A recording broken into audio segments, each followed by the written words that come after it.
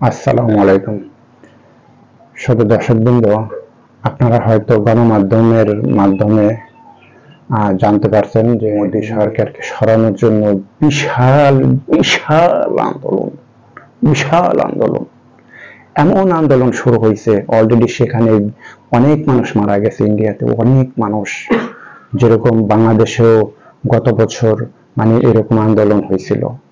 গত বছর বাংলাদেশের ছাত্র সমাজ, সাধারণ মানুষ, ব্যবসায়ী, সকল শ্রেণীর মানুষ বাংলাদেশে এরকম আন্দোলন হয়েছিল এবং বাংলাদেশে অনেক মানুষ মারা গেছিল।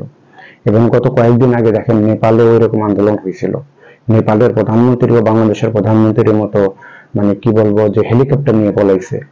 এখন প্রধানমন্ত্রীদের হেলিকপ্টার নিয়ে পলানোর মতো মানে ছাড়া আর কোনো উপায় নাই।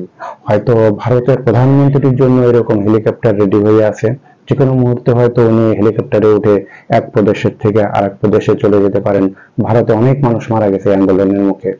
ভারতের প্রধানমন্ত্রী মোদী সরকার হয়তো আর টিকতে পারবেন না, এই আন্দোলনের মুখেই ওনাকে চলে যেতে হবে। একটা অভিশাপ আছে না মানুষের, এই যে কাশ্মীরে কত মানুষ ওনার হুকুমে সেনাবাহিনীরা মারছে, এই অভিশাপগুলো যাবে কোথায়? এই অভিশাপই এখন মোদী সরকারের হয়তো লেগে গেছে। ধন্যবাদ সবাইকে। আসসালামু আলাইকুম।